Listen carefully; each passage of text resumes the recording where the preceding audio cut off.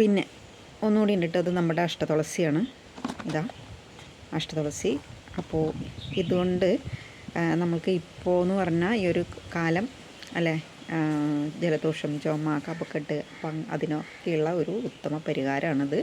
നമ്മൾ കുടിക്കുന്ന വെള്ളത്തിൽ, ഒരു ഗ്ലാസ് വെള്ളത്തിൽ 2-3 തുള്ളി ഒഴിച്ച് ഡെയിലി കുടിക്കുകയാണെന്നുണ്ടെങ്കിൽ നമുക്ക് അലർജി പ്രശ്നങ്ങളും ഒരുപാട് കാര്യമാവാതെ നമ്മൾക്ക് അസുഖങ്ങൾ വന്നു പോകാനായിട്ട് സഹായിക്കുന്നതാണ് അഷ്ടതുളസി. 8 തുളസികളുടെ സമ്മേതമാണിത്.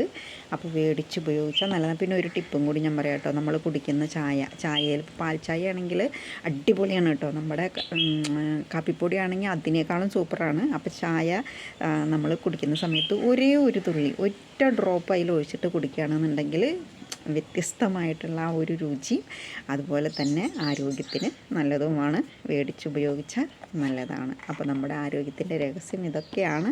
മേടിച്ചുപയോഗിച്ചാൽ നല്ലതാണ്.